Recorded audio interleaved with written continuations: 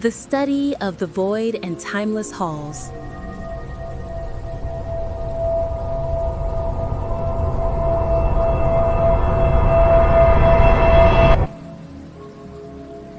Whispers beyond time. My friends, tonight we tread not merely upon the pages of history, nor even upon the melodies of the Eldar, but upon that which lies beyond the very bounds of Arda. The scrolls whisper of Maglor, of Númenor, of wars long past, yet there exists a domain older still, older than the lamps, older than the shaping of mountains and seas. I speak tonight of the timeless halls and the void, the state of non-being from which all things drew their first breath. Some fragments are preserved in the Ainur, some in the Silmarillion, while others linger in letters and marginalia, puzzle-like, left by Professor Tolkien himself. And as I read them, the mind falters, for these are concepts not merely difficult, but almost alien. The void is not merely emptiness, it is non-being itself. The primordial silence. Before Arda was shaped, before the lamps shed light upon the lands, there was nothing. Not darkness, not light, but absence. No matter, no space, no time. Not even the Ainur had been fully willed into being. As the Book of Lost Tales describes, the void that surrounded Arda was simply a state of non-existence, neither place nor dimension, but the very absence of all that could be. Imagine it, silence so absolute that thought recoils, a darkness so complete that even the notion of light dissolves upon entering. Some have compared it to the chaos of Greek myth, yet here it is beyond myth, a non-space pregnant with potential. From this ineffable nothing, Eru Ilúvatar drew forth the flame imperishable, the very essence of creation. As Tolkien explains in Morgoth's Ring, Volume 10, it is the flame that gives independent reality to all things within Ea, the universe. And yet, could Eru himself exist fully within or outside time as we perceive it?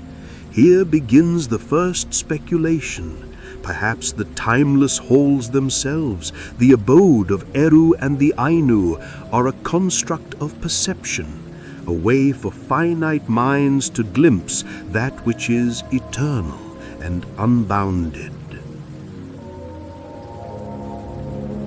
Melkor and the shadow at the edge. Even in this primordial state, there stirred one whose thoughts were not in harmony. Melkor. The Ainur tells us that he wandered the outer voids, seeking the flame imperishable. But the void yields nothing to desire. It is beyond taking or grasping. And yet, in Melkor's wandering, a shadow was born, a seed of discord that would ripple across all creation. Ungoliant, too, is said to predate Arda itself. The Silmarillion names her as a being of the eldest darkness, spinning a gossamer that swallowed light itself. Could she be a manifestation of the void? Some scholars speculate she is, in part, dependent upon the flame, an echo, not origin. but her presence shows the metaphysical tension between being and non-being, the duality Tolkien never fully resolved, hinting at subtle philosophical dualism. The timeless halls, first home of the Ainur. The timeless halls where the Ainur thirst sang are not of this world, nor of Ea in the sense we understand it. They are often likened to heaven, yet such words fail. Here the music of the Ainur wove reality itself, and even Melkor's discordant notes, fleeting as they were, trembled across this plane of existence. As Tolkien describes in his letters and in Morgoth's Ring, this is the realm where Eru's presence manifests, where the flame imperishable dwells at the source. And yet, can a finite mind fully comprehend a realm beyond time? Could the Ainur, beings of immense power, truly grasp the magnitude of non-being and the primordial light from which all creation flows? These are questions Tolkien leaves to the reader's contemplation, subtle and unresolved. The bubble within the void. Within the void was created Ea, the universe, a globe of beings separated from the outer darkness by the walls of night. Home notes that Arda, our earth, is but one sphere among many, cradled within these vast and measureless waters. Time flows here, and yet it is bounded by the walls that separate existence from the great non-being. It is tempting to view Ea as all that exists, but Tolkien's texts remind us there are layers beyond, the outer void, the eldest darkness, realms unmeasured by mortal thought. Even the most profound of the Ainur could only perceive Ea as a finite manifestation of the eternal, not as the totality of what might be.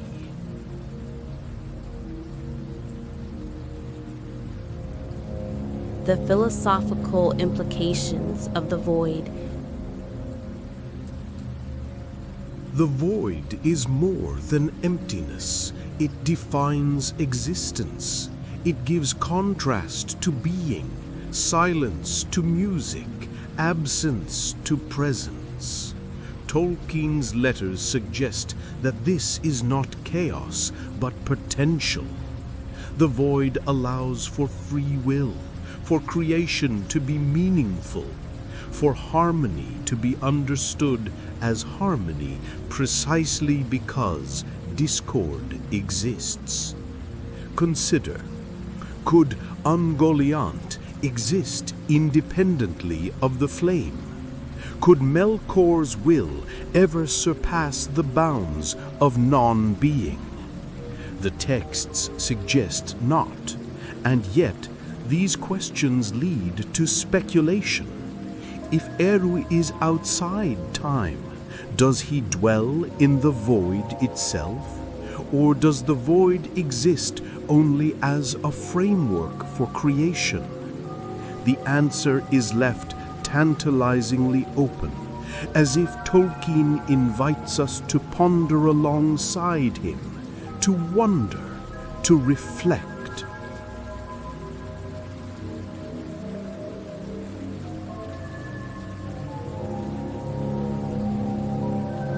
The outer darkness and the ends of Arda.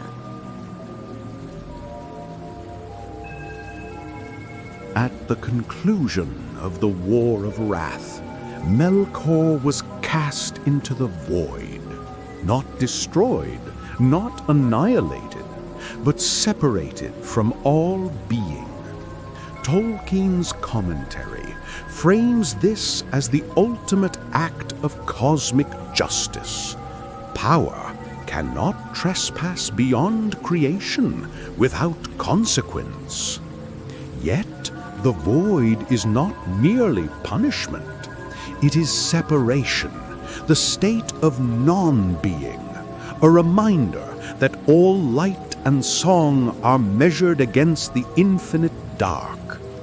Even within the bounds of Ea, echoes of the void remain, the tremors between stars, the shadows in the deep places, the haunting presence that inspires awe, fear, and reflection.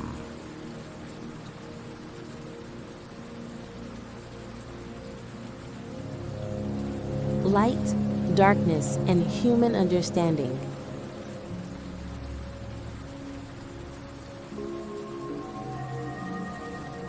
When we ponder the timeless halls, we consider the first home of the Ainur, radiant and ordered, the dwelling of that which is eternal. When we ponder the void, we confront the ultimate non-being, the state beyond time and matter. Tolkien's texts repeatedly leave space for reflection. What is the nature of free will in the presence of infinite potential? Can the flame imperishable exist apart from Eru?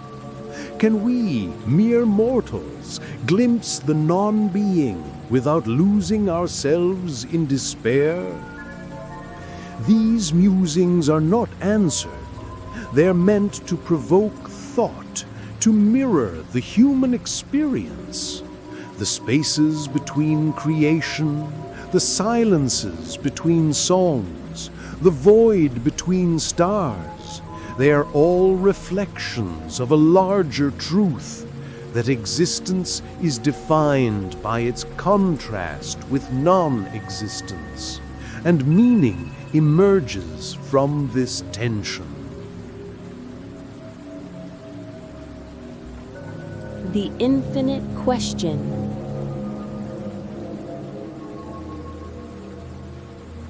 So, my friends, if ever you look to the night sky and sense the vastness stretching beyond your understanding, remember this: you are glimpsing the edge of the void. And if you hear the faint music of timeless halls, consider it a reminder that creation itself is born from the flame, measured against the silent dark. The void is empty, yet full, full of potential, full of silence, full of the possibility of song.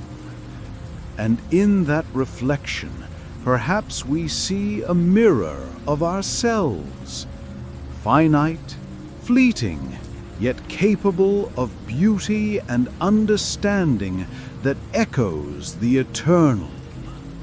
Tolkien leaves us with questions, not answers: the nature of non-being, the limits of free will, the meaning of creation beyond the temporal universe. These are the mysteries we carry forward as listeners, as thinkers, and as humble travelers along the pathways of mind and memory.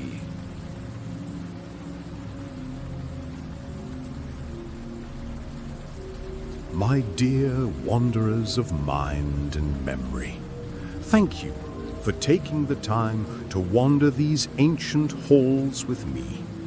I hope the whispers of the timeless halls and the shadows of the void have stirred your curiosity as much as they stir mine.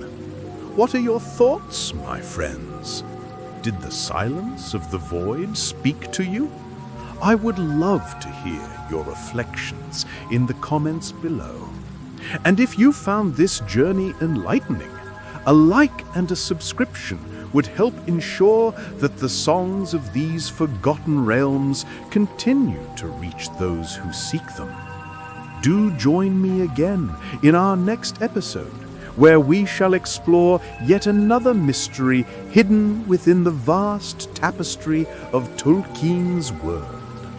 Until then, may your curiosity never wane and your imagination ever widen.